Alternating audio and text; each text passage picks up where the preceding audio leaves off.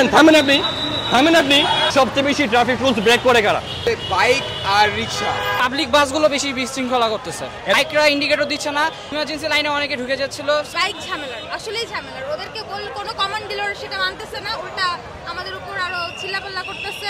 আমি যখন থেকে বাইক চালানো শিখছি আমি এরপর ঠিকই বুঝছি যে রাস্তার মধ্যে সবচেয়ে বেয়াদব মানুষ হইতেছে বাইকাররাই। এটা আজকেও প্রমাণ পাইতেছি, আগেও প্রমাণ পাইছি, এখনো সবাই প্রমাণ করতেছে। থামতে বলি না, থাইমা কাটায়া চলে যায়। অটো রিক্সাগুলো সবচেয়ে বেশি বিশৃঙ্খলা সৃষ্টি করতেছে। আর হচ্ছে আমাদের যে বাইকগুলো, সেই বাইকগুলোর ইন্ডিকেটর থাকছে না, তারপর হচ্ছে হেলমেটগুলো থাকছে না। যেমন এই যে একটা বাইক আসতেছে, 3 জন নিয়ে আসতেছে, তাদের এখান থেকে 3 জন নিয়ে গেছে, যেটা আমাদের বাংলাদেশ আইনে 3 জন নেওয়া কোনোভাবেই পসিবল না। ভাই আপনি নিজে একজন বাইকার, রাস্তার মধ্যে সবচেয়ে বেশি ট্রাফিক রুলস ব্রেক করে কারা? বাইকাররা।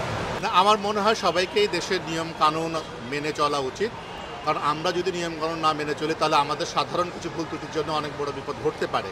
এখন আমি দাঁড়িয়ে আছি হচ্ছে মিরপুর 10-এ, আর এটা হচ্ছে মিরপুর 10-এর একটা চিত্র।